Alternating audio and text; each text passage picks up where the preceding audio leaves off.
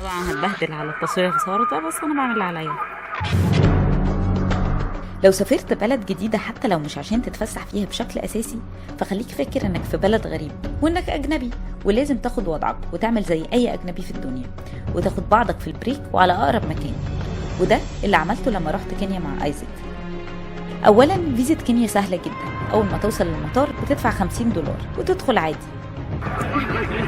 دلوقتي في مساي مارا، ويا سلام بقى لو رحتوا مساي مارا شهر 7، بيحصل فيها أكبر هجرة للحيوانات بتحصل على الكرة الأرضية. اجمد حيوانات في كينيا دلوقتي عند الجيراف. طبعا في مساي مارا ممنوع تماما تخرجوا من العربية، علشان ممكن سهل جدا تلاقي حوالي 50 أسد حواليكوا، فممنوع تماما. ومعظم صور ناشونال جيوغرافيك متصورة في مساي مارا. العملة هناك هي الشلن، ال100 شلن $1. المواصلات موجودة، ميكروباصات موجود، تاكسيات موجود، بس التاكسي غالي قوي.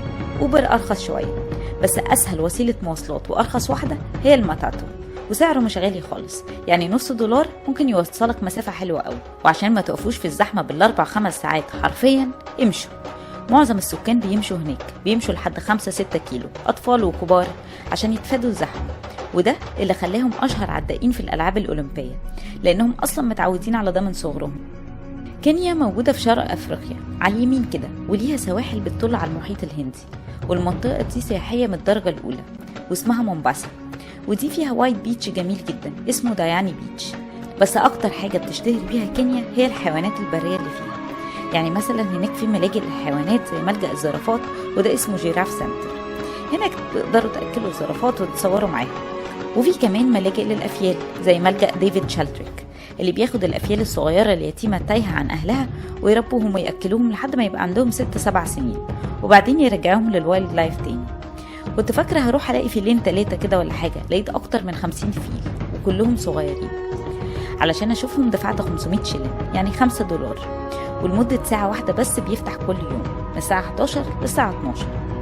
الفلوس دي بتبقى زي تبرع إجباري عشان يقدروا يصرفوا على الأفيال ويأكلوهم طبعا. من أقدم الأماكن اللي ممكن تشوفوها في كينيا هو مكان بتشوفوه وانتوا رايحين في الطريق لمساي مارا.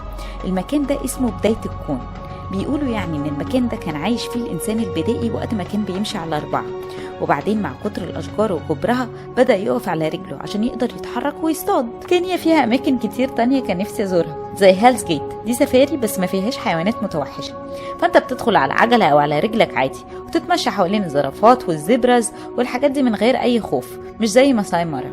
وكمان ممكن تعملوا هايكنج وأنشطة تانية كتير. فلو رحتوا بس ما عندكوش وقت تلفوا وتشوفوا كل حاجة بنفسكم، في نيروبي مكان اسمه بوماس، وده مكان مصغر لكينيا، في ماكيتات مصغرة لكل الأماكن المعروفة هناك، فتقدروا تشوفوا شكل البيوت لكل قبيلة ورقصهم وكل الكلام ده. بصوا من الآخر البلد فعلا تجنن، وأنا بجد اتبسطت فيها قوي، ولازم تتراح يا جماعة. أفريقيا مختلفة تماما. ولو عايزين تعرفوا الأسعار والأماكن وتحجزوا ازاي في أي وقت، ادخلوا على tripdizer.com. Eso es